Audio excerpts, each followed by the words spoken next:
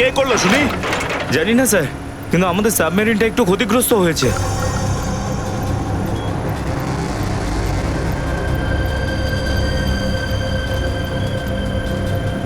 গ্যালারে navy এসে গেছে, ওদের জাহাজ আর কামান দেখা যাচ্ছে। কি? কি না? হ্যাঁ, নেভির এত সামনে চলে এলে তোমাদের মরার এত শখ। কিন্তু স্যার এখন কি করব? কি আর করবে, কেটে পড়ো এখান থেকে। আমাদের পুরো অপারেশন ভন্ডুল করার আগে আমাদের এখান থেকে চলে যেতে হবে। কিন্তু এত অল্প ক্রিউ মেম্বার নিয়ে সাবমেরিনকে কি করে শিফট করব, তাও এত অল্প সময়? সেসব আমি কিচ্ছু জানি না, কিছু করো আর এখান থেকে বেরো, যাও, জলদি করো, যাও। Okay sir.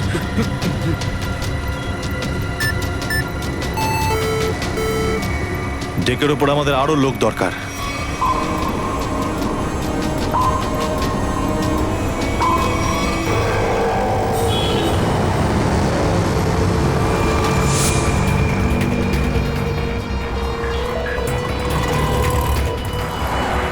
ভাই এই গলিতেই তো এসেছিল। গেল কোথায় ও? ফোন কর, তাড়াতাড়ি ফোন কর ওকে। হ্যাঁ।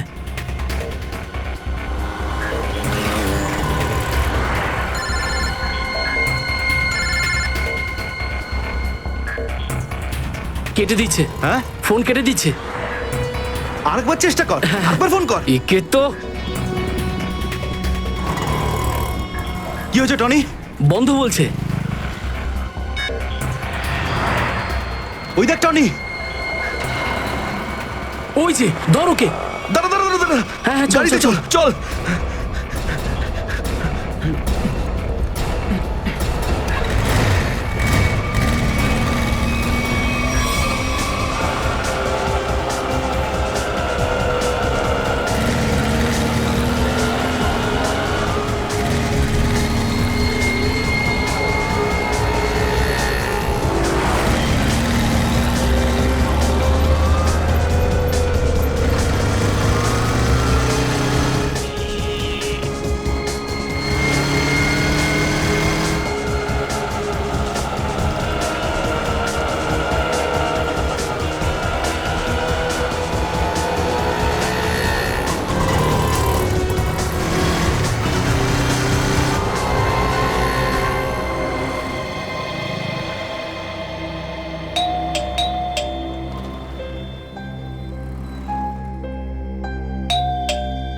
অনন্যা, লাইট তো জ্বলছে, তার মানে অনন্যা বাড়িতেই রয়েছে, কিন্তু দরজাটা খুলছে না কেন? অনন্যা, অনন্যা, কোথায় গেছে এই মেয়েটা? অনন্যা,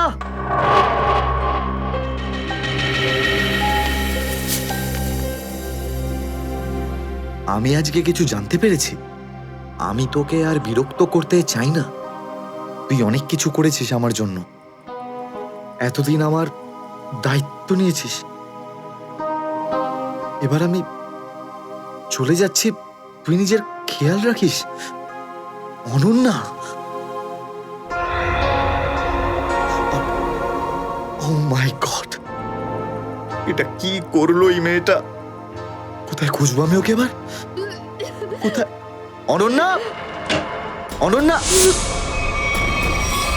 অনন্যা, আমার বোন অনন্যা।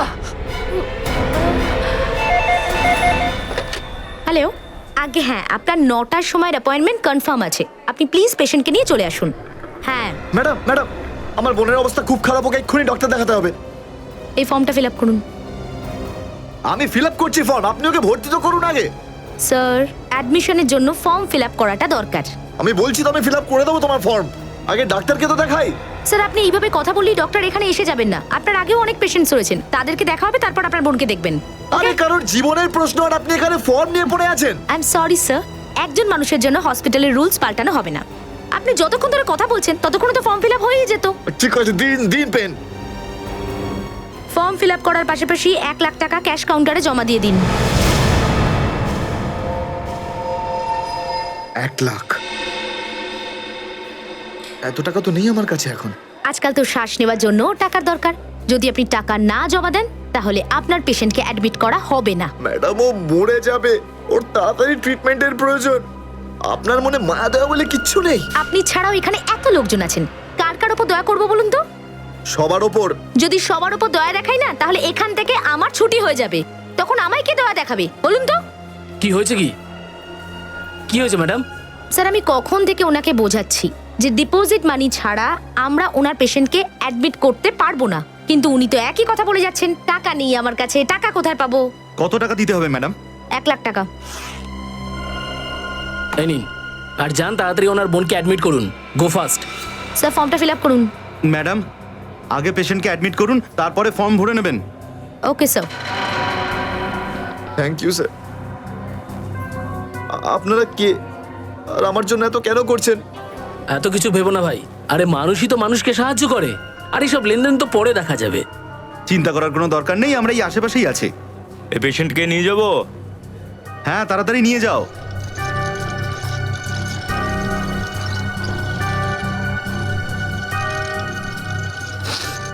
আমি আসছি এক্ষুনি। হ্যাঁ যাও।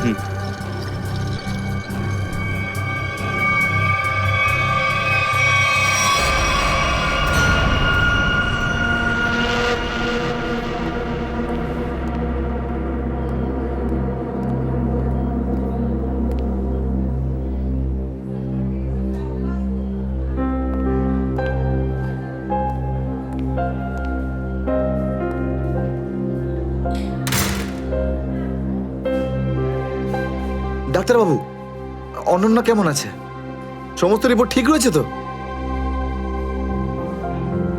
আপনি চুপ করে আছেন কেন? মিস্টার সিদ্ধার্থ, আপনার বোনের ক্যান্সার আবার ছড়িয়েছে। কি?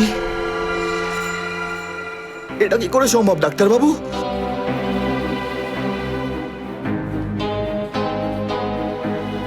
এটা কি করে হতে?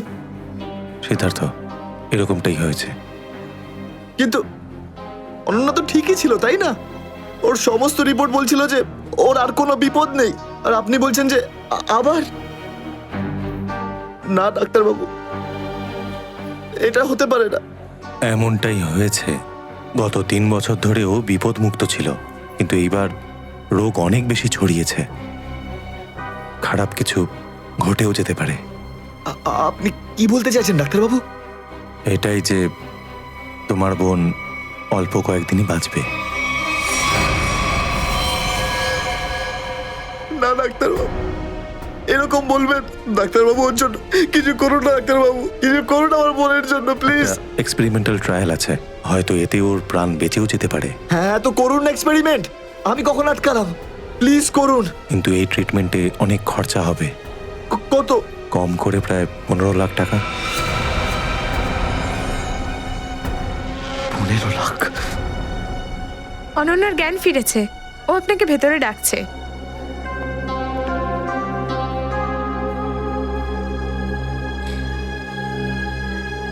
আপনি অনন্যার চিকিৎসার ব্যবস্থা করুন, আমি টাকা পয়সার ব্যবস্থা করবই, by hook or by crook, কিন্তু আপনি প্লিজ ওর চিকিৎসা করুন। তাড়াতাড়ি করো, কারণ আমাদের হাতে সময় বেশি নেই।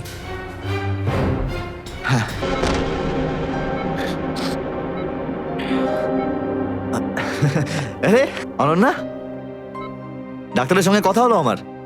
তুই তো একদম ঠিক আছিস। বেশ, আর কয়েকদিনে তোকে বাড়ি ফেরত নিয়ে চলে যাবো আমি। তুই না দাদা, এখনো অব্দি মিথ্যে বলতে শিখলি না।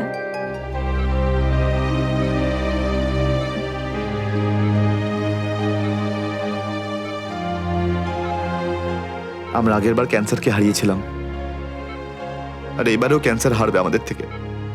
তুই তুই বাঁচবি অনন্যা। দাদা, যদি আমার ভাগ্যে বাঁচা থাকতো না, তাহলে 2 বার ক্যান্সার হতো না আমার। দাদা, আমার কথাটা শোন। তুই নিজের সমস্ত সুখ আমার জন্য এভাবে ত্যাগ করিস না দাদা। তুই আমায় ভুলে যা দাদা। এবারে নিজে ভালোভাবে বাঁচ। আমার সব খুশি তো তুই অনন্যা, তুই। তোকে যে কোনো ভাবে আমি বাঁচিয়ে ফিরবই। তুই মনের জোর হারাবি না কিন্তু। তুই এত ভালো কেন রে দাদা? কেন এত ভালো? যদি আরো কিছু বছর তোর সাথে বাঁচতে পারতাম আমি। আমার ভাগ্যটাই খারাপ। দাদা, তুই আমার জন্য কত কিছু করেছিস, সব সময় তুই আমার কথাই ভেবেছিস। তাই তো নিজের সব টাকা আমার উপর খরচা করে ফেলেছিস, নিজের চাকরিটার পর্যন্ত বেহাল অবস্থা করেছিস। এখন কি নিজের প্রাণ দিয়ে তুই আমায় বাঁচাবি?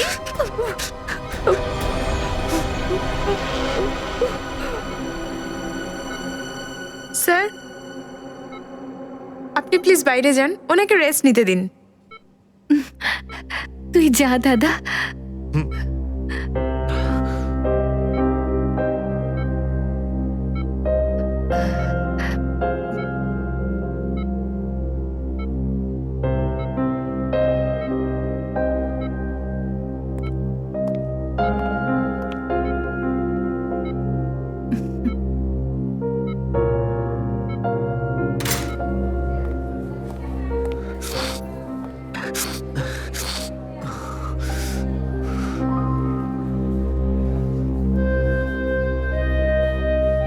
কোথা থেকে আনবো এত টাকা? কে দেবে আমাকে? আর দেবেই বা কেন? অত চিন্তা করো না, চিন্তা করে নয়, বরং কখনো চেয়ে মনের ইচ্ছে পূরণ হয়। বুঝলে সিদ্ধার্থ? আপনি কে? অবস্থার প্রয়োজন মানুষকে সবকিছু জানিয়ে দেয়। তোমার প্রবলেমটা আমি জানি, আর তার সলিউশনও আছে আমার কাছে। মানেটা কি? তোমার বোনের চিকিৎসার জন্য এখানে টাকা জমা হয়ে যাবে, সে ব্যবস্থা আমি করে দিয়েছি। তুমি অত চিন্তা করো না। এইসব কেন করছেন আপনারা আমার জন্য? আমি তোমাকে কোনো উপকার করছি না, বরং তুমিও আমার জন্য কিছু একটা করতে চলেছ। ওহ, সেই জন্যই আপনারা আমাকে বারবার ফোন করছেন। হ্যাঁ, ঠিক চিনতে পেরেছ। কিছুক্ষণ আগে আমার লোকেরাই তোমাকে 1 লক্ষ টাকা দিয়ে সাহায্য করেছে। আচ্ছা, কি করতে হবে আমাকে? সময় হলে আমিই তোমাকে জানিয়ে দেব। আগে তুমি তোমার বোনের ভালো করে চিকিৎসা করাও, তাড়াতাড়ি ওর ট্রিটমেন্ট শুরু করো। আর হ্যাঁ, তারপরে তারপরে এই ঠিকানায় আমার সঙ্গে দেখা করো।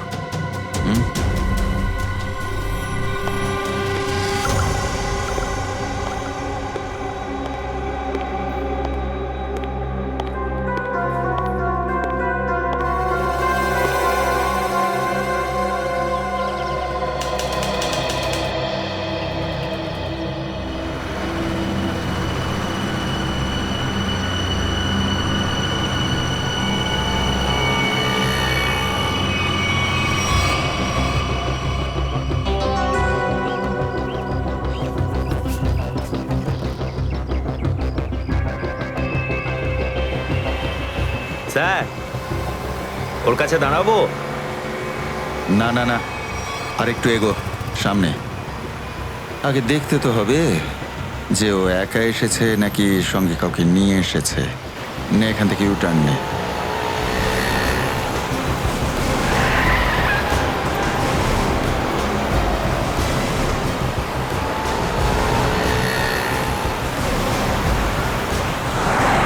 মনে হচ্ছে সঙ্গে আর কেউ নেই।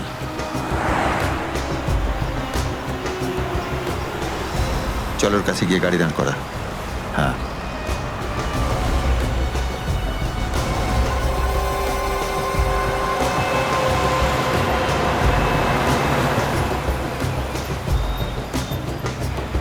এসো, ভেতরে চলে এসো, তাড়াতাড়ি তাড়াতাড়ি।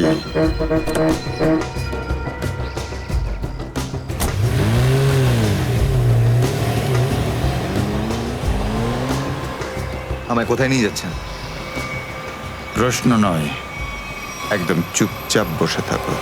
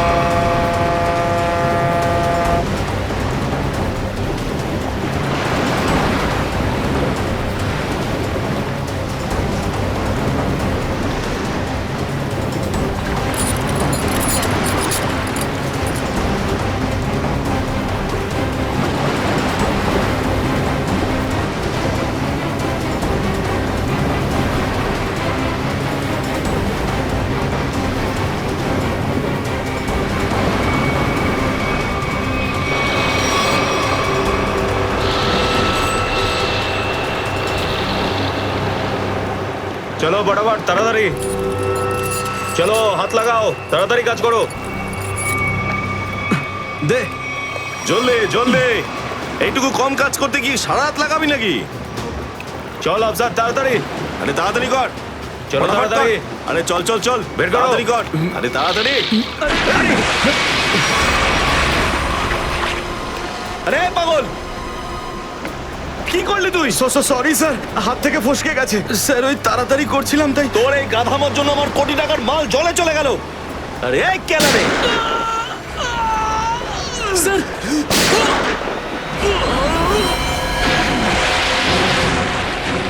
বস, বাকি বাক্সগুলো তুলে নিয়ে এখান থেকে বেরিয়ে যাই। হ্যাঁ, এই চলো, বের কর বের কর, দে ফটাফট।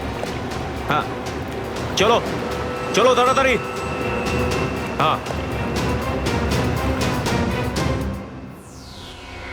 এই দুটো লাশই সমুদ্রের মধ্যে কম করে 12 ঘন্টা ডুবেছিল। হ্যাঁ সালুকে, হ্যাঁ কোস্টগার্ডরাই এদের দুজনকে পেয়েছে। ওরাই এই দুটো লাশ উদ্ধার করে আর আমাদের হাতে তুলে দেয়। ভাই, এই দুজনকে পয়েন্ট ব্ল্যাঙ্ক রেঞ্জ থেকে গুলি করা হয়েছে। এর ক্ষতটা দেখো বস, এ দেখো। দুজনের ক্ষতই এই কথা বলছে। হ্যাঁ, আরও একটা ব্যাপার স্যার, বেশ কিছুদিন ধরে এরা ঠিকমতো খাবার দাবারও পায়নি।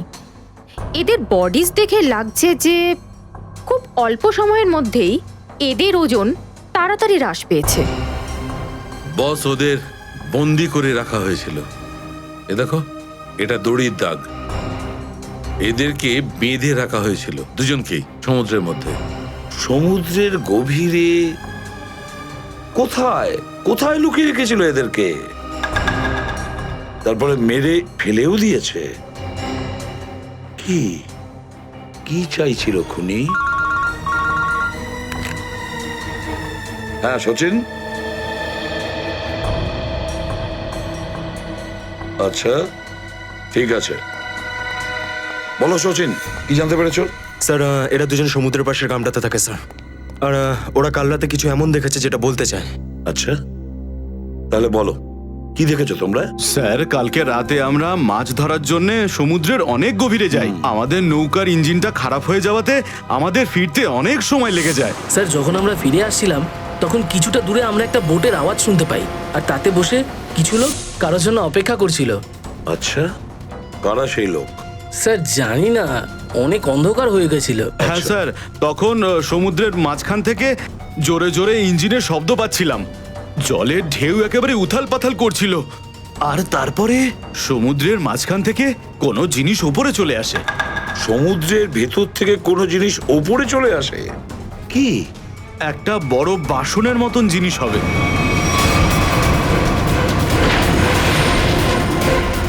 সাবমেরিন, ডুবোজাহাজ? হ্যাঁ হ্যাঁ, ডুবোজাহাজ।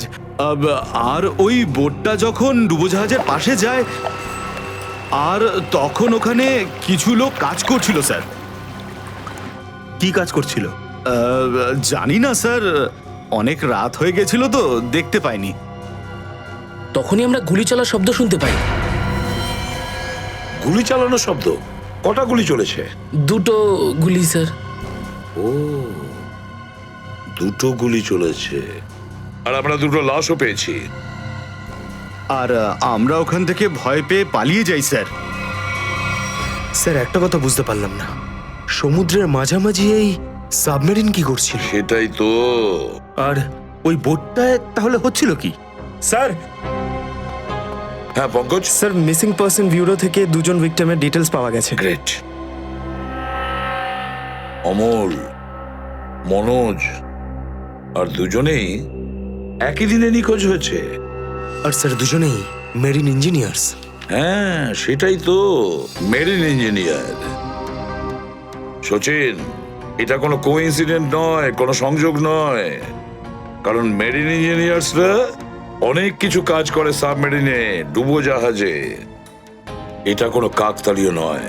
আর স্যার, ইন্ডিয়ান ওয়াটারে এই ডুবোজাহাজ আসলে কি করছিল? কিছু না কিছু গোলমাল তো আছে, খুব বড় রকমের গোলমাল আছে, খুব বড় রকমের গোলমাল। খোঁজ নিতে হবে ওই ডুবোজাহাজের ব্যাপারে।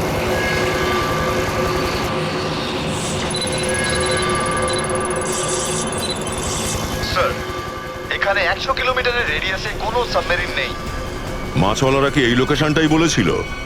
মনে হচ্ছে ওই সাবমেরিন আমাদের থেকে অনেক দূরে চলে গেছে। একটা রক সাবমেরিন ইন্ডিয়ান ওয়াটার্সে, বিশ্বাসই হচ্ছে না। কিন্তু এটাই সত্যি। কিন্তু ওরা করছিলটা কি? এটাই তো খোঁজ নিতে হবে। স্যার, ইনি মনোজের ওয়াইফ। ইনি অমলের বাবা, আর এই হচ্ছে তানিয়া স্যার, সিদ্ধার্থর বোন। এরা বলছেন যে সিদ্ধার্থ মেরিন ইঞ্জিনিয়ার ছিল, আপাতত নিখোঁজ। আচ্ছা, তোমার ভাই কবে থেকে নিখোঁজ? স্যার, কাল থেকে নিখোঁজ। তখন আমি হসপিটালে অ্যাডমিট ছিলাম। হসপিটালে? কেন, কি হয়েছিল তোমার? স্যার, অ্যাকচুয়ালি আমার আবার ক্যান্সার হয়ে গিয়েছিল। ছিল? ক্যান্সার হয়েছিল দ্বিতীয়বারে? স্যার, ডক্টর বলছিলেন আমার ক্যান্সার আবার অ্যাগ্রিভেট হয়ে গেছে, কিন্তু আজ সকালে টেস্ট করে জানা গেল আমার ক্যান্সার নয়, আমি একদম সুস্থ। কি? ক্যান্সার উধাও হয়ে গেল? হ্যাঁ স্যার, আর এই খবরটা দেওয়ার জন্যই দাদাকে ফোন করেছিলাম, কিন্তু ওর ফোন নট রিচেবল আসছিল। আমি ভেবেছিলাম হয়তো বাড়িতে আছে, তাই আমি তাড়াতাড়ি বাড়িতে চলে এলাম। সব রুমে খুঁজলাম স্যার, কিন্তু কোথাও আমার দাদা নেই। ভাবলাম হয়তো আশেপাশে কারোর বাড়ি গেছে। সব জায়গায় খোঁজ করলাম, কেউ কিচ্ছু বলতে পারলো না ওর ব্যাপারে। আপনি নিজেকে সামলান, খুব তাড়াতাড়ি আপনি দাদাকে পেয়ে যাবেন। আচ্ছা, মনোজ আর অমল কিভাবে নিখোঁজ হলো? স্যার, অমলের সেই সময় চাকরি ছিল না। গত মাসের 7 তারিখে ও বলল যে ও নাকি একটা চাকরি পেয়েছে, আর 3 দিন পর যখন ও ইন্টারভিউর জন্য গেল তো ফিরে আসলো না আর। কোন কোম্পানিতে জব পেয়েছিল? স্যার, সেটা তো জানি না, কিন্তু অমল বলেছিল যে কোনো রিক্রুটিং এজেন্সি আছে, তাদের সোর্সেই এই কাজটা পেয়েছে, আর ইন্টারভিউ সমস্ত ব্যাপারটা জানা যাবে। স্যার, স্যার, মনোজ আমাকে এটাই বলেছিল যে কোনো একটা রিক্রুটমেন্ট এজেন্সি আছে যারা জবের এগ্রিমেন্ট করেছে। বেনামি রিক্রুটমেন্ট এজেন্সি লোকেদের চাকরির লোভ দেখিয়ে মেরিন ইঞ্জিনিয়ারদের কিডন্যাপ করছে এরা। মেরিন ইঞ্জিনিয়ারদের দেখুন, আপনাদের সঙ্গে যা কিছু হয়েছে সেজন্য আমরা খুবই দুঃখিত। আমাদের চেষ্টার কোনো ত্রুটি রাখছি না ওই অপরাধীদের ধরার জন্য। আপনারা নিজেদের বাড়িতে চলে যান, কেমন? রবি, এনাদের ছেড়ে দিয়ে এসো। যান। চলুন।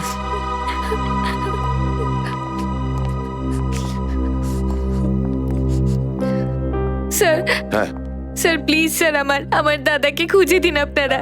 ও ছাড়া আমার আর কেউ নেই স্যার, আমার আর কেউ নেই। দেখো মা, চিন্তা করুন না, তোমার ভাইকে আমরা খুঁজে দেবো, আমরা কথা দিচ্ছি। যাও স্যার, পারবেন তো আপনারা? আসুন। Thank you sir.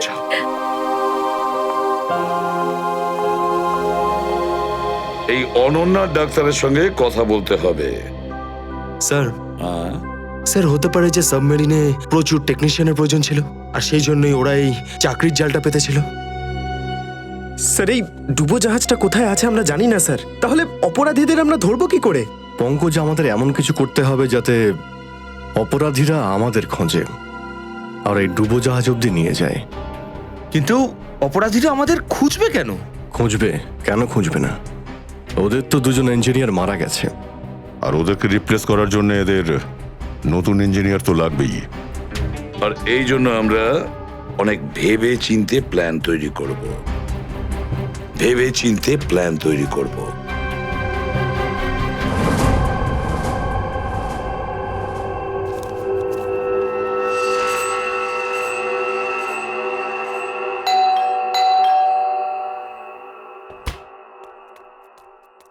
মনে হচ্ছে এসে গেছে।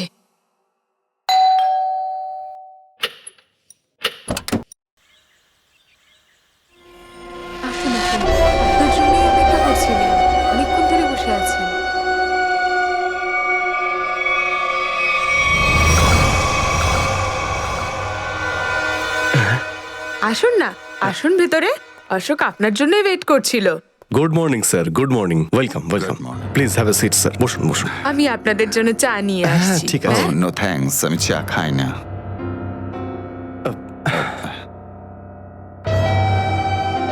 স্যার প্লিজ আমার ভাইকে চাকরিটা দিন না, প্লিজ স্যার। আমাদের অনেক ধার রয়ে গেছে, জানি না আমরা কিভাবে সেটা শোধ করব। দিদি দিদি, এক মিনিট এক মিনিট। আরে আমাদের তো আগে কথা বলতে দাও প্লিজ। তুমি এসো, তুমি আমার জন্য চা করে নিয়ে এসো, যাও প্লিজ প্লিজ। জানি না তুই কবে চাকরি পাবি, আমার তো খুব চিন্তা হয়। সরি স্যার, ওই আমার দিদি আসলে একটু আমার চাকরি নিয়ে খুব টেনশনে আছে আর কি। ওনার একটু আসলে টাকা নিয়ে ওনার একটু নিশ্চয়ই বুঝতে পেরেছেন। হয় এরকম, আসলে টাকা জিনিসটাই এরকম। তাহলে স্যার আমার এই চাকরিটা পাকা ধরে নেব স্যার? দেখা যাক, তার আগে তোমাকে কিছু প্রশ্ন করতে চাই। যা জিজ্ঞেস করার জিজ্ঞেস করতে পারেন, আমি রেডি স্যার। কিন্তু স্যার স্যার প্লিজ স্যার, এই চাকরিটা আমাকে আপনি দিয়ে দিন প্লিজ স্যার। অ্যাকচুয়ালি স্যার আসলে আমাদের টাকার খুব প্রয়োজন স্যার। Sir please sir. খুবই এক্সাইটেড দেখছি আপনি এই চাকরিটা নিয়ে। সে তো একদমই স্যার। আসলে স্যার আমি আগে ওই গভর্নমেন্ট জব করতাম স্যার। স্যার ওই গভর্নমেন্ট জবে প্রমোশন আর টাকা পেতে অনেক কষ্ট করতে হয় স্যার। এই জন্যে স্যার আমি রিজাইন করে দিয়েছি। আপনার পুরো নাম আর ডেট অফ বার্থ? আমার নাম Ashok Kumar. Date of birth 10th April 1976। আর কোয়ালিফিকেশনস? মাস্টার করেছি sir, master in marine engineering from GID college. তার মানে সাবমেরিনের ইঞ্জিনের মেনটেন্যান্স আর নেভিগেশনের ব্যাপারে তো নিশ্চয়ই নলেজ আছে। Yes yes yes sir, you are right sir. তো মিস্টার অশোক, একটা কথা বলুন, আপনার এক্সপিরিয়েন্স অনুযায়ী একটা সাবমেরিনকে জলের নিচে কতটা গভীর অবধি নিয়ে যেতে পারেন? কত গভীর অবধি? স্যার সেটা তো ওটা স্যার ডিপেন্ড করে স্যার, মডেলের ওপর ডিপেন্ড করে স্যার। ওর ভেতরে গিয়ে আমি সাবমেরিন ঠিক করেছি স্যার। আর মেরিন তো অনেকটাই নিচে যায় স্যার, 400 অবধি যাই স্যার। ও হ্যাঁ, আমি আপনার স্কুলের প্রিন্সিপাল মিস্টার সুরেশের সঙ্গে কথা বলেছিলাম, আপনার খুব প্রশংসা করছিলেন। ওনার টাচে আছেন তো আপনি? প্রিন্সিপাল প্রিন্সিপাল স্যার খুব ভালো লোক স্যার। স্যার আমার প্রিন্সিপাল আমার মেন্টরও ছিল স্যার। ওনার নাম স্যার সুরেশ নয়, মহেশ ছিল স্যার। আর স্যার উনি তো 2012-এ রিটায়ার করে গেছেন।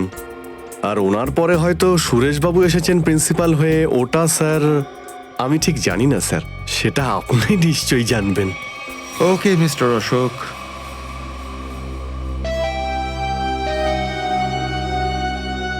আপনার চাকরিটা পাকা। Thank you sir, thank you very much. আপনার ফ্যামিলির ফাইন্যান্সিয়াল প্রবলেমটা অবশ্যই আমরা দেখব। আপাতত এই চাকরিটা 6 মাসের জন্য। ওকে ওকে ওকে। এখানকার রুলস অ্যান্ড রেগুলেশনস আপনি জয়েন করার পর জানতে পারবেন। Of course sir, thank you sir. আর হ্যাঁ, দুপুরে ঠিক 2টোর সময় এই ঠিকানায় আমার সঙ্গে দেখা করবেন। Sure sir, thank you.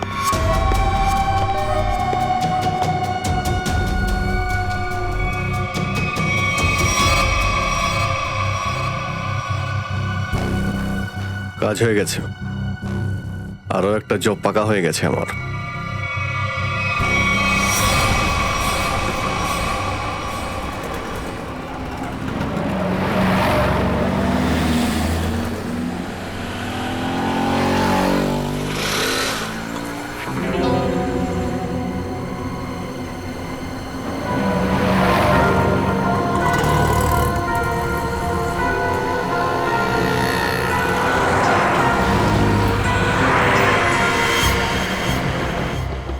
আচ্ছা, খেলা খেলছে আমার সঙ্গে।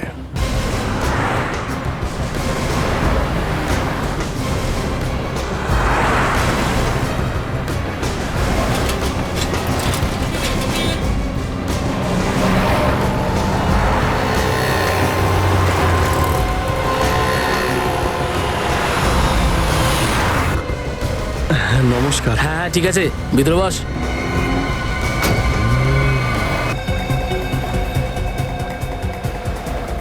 কি ব্যাপার, আপনারা কিছু বলছেন না যে?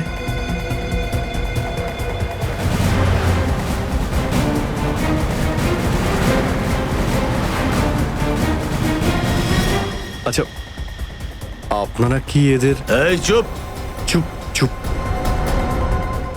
হ্যালো, আরে ও স্বাস্থ্য চলছে, হয়তো ঘুমোচ্ছে। সচিন তাড়াতাড়ি, ওরা যেন আমাদের নজরে এড়াতে না পারে।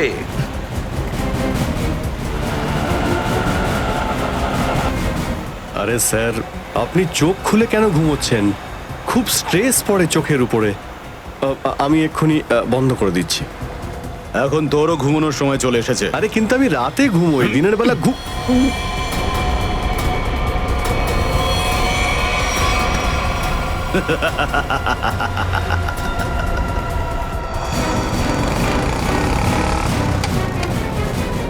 স্যার ওরা তো বেরিয়ে গেল। সচিন, কিছু একটা করো, ওই গাড়িটাকে আমাদের ফলো করতেই হবে।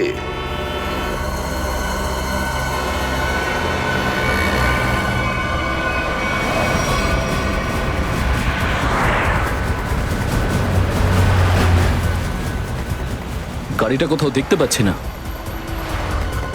সচিন দেখো একটু, দেখো তোমার রাইটে কিছু দেখা যাচ্ছে কিনা। স্যার ওই যে গাড়িটা। ইয়েস, কিন্তু ওরা রাইট সাইডে যাচ্ছে কেন? হ্যাঁ স্যার, এরা ঘুরে গেল কেন? ওদের তো সোজা যাওয়া উচিত ছিল, সমুদ্র তো সামনে। নিখিল, অভিজিৎকে ট্র্যাপ করো ওই জিপিএস এ।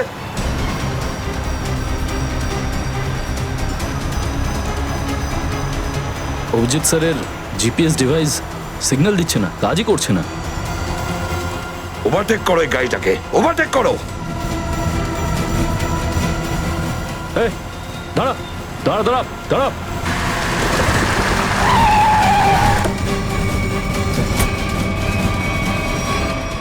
বাকিরা সবাই কোথায়? কি হয়েছে? চুপ বল, গাড়ির ভেতরে যারা ছিল তারা কোথায়? স্যার এর মধ্যে কেউ ছিল না। কেউ ছিল না মানে? দেখ, সব সত্যি সত্যি বলে ফেল, নাহলে... সত্যি বলছি স্যার, আমাকে একটা লোক বললো যে সঙ্গমনগর চৌরাস্তার মোড়ে গাড়িটা দাঁড় করিয়ে চলে যেতে। আর কি বলেছে? আর তো কিছু বলেনি। এই কাজের জন্য ও আমাকে 5,000 টাকাও দিয়েছে। ওই মেরিন অব্দি পৌঁছানোর একটাই রাস্তা ছিল, আর সেটাও বন্ধ হয়ে গেল। নিখিল, সিআইডির কোনো রাস্তা বন্ধ করা যায় না। যদি একটা রাস্তা কেউ বন্ধ করে, অন্য রাস্তা আমরা তৈরি করি।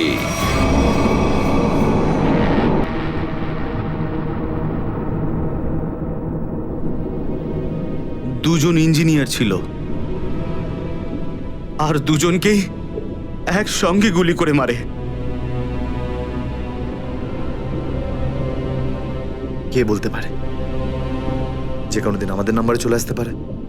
হ্যাঁ, আমাদেরও একদিন আসবে সমুদ্রের মাঝে আমরা ডুবে যাব, কিন্তু আমাদের ব্যাপারে কেউ কিচ্ছু জানতে পারবে না। ঠিক বলেছ, কিন্তু মৃত্যুর আগে একবার বেঁচে ওঠার চেষ্টা তো করতেই হবে না?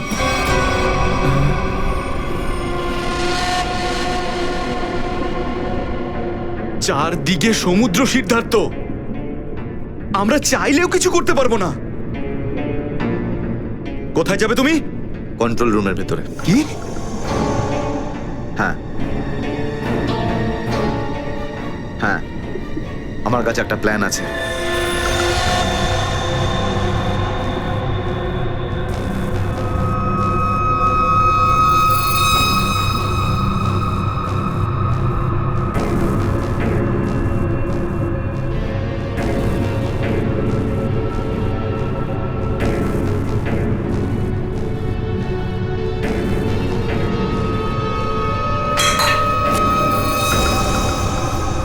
কে ওখানে?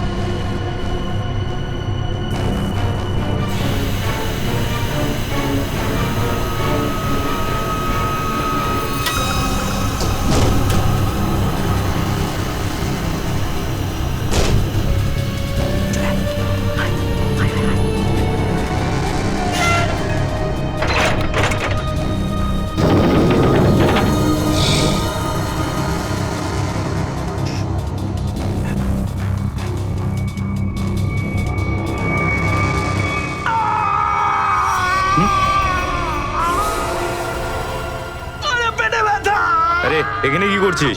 আমার পেটের ভিতরে খুব জোরে ব্যথা করছে। পেটে ব্যথা না নাটক করছিস? সত্যি বলছি, আমার পেটের ভেতরে খুব জোরে ব্যথা করছে। কিছু একটা করো প্লিজ। এই আবার কোথায় গেল? চল ঠিক আছে চল চল এদিকে চল।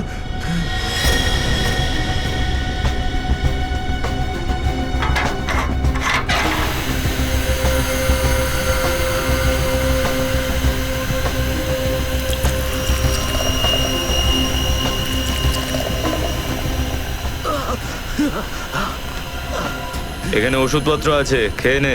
কিন্তু এখানে পেট ব্যথার ওষুধ কোনটা? আরে আমি ডাক্তার নাকি? যা খাবার খা, তারপর ঘরে চলে যা। কিন্তু আমি কি করে জানবো যে এখানে পেট ব্যথার ওষুধ কোনটা? আরে শুনুন, শুনুন না।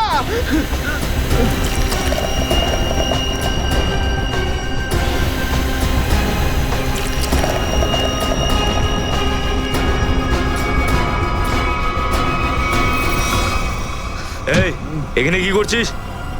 আমি কন্ট্রোল রুম দেখতে এসেছিলাম শুধু। এই না জিজ্ঞেস করে কি করে এলি তুই? এদিক ওদিক গেলে না প্রাণে মেরে দেবো। চল বেরো এখান থেকে, বেরো চল।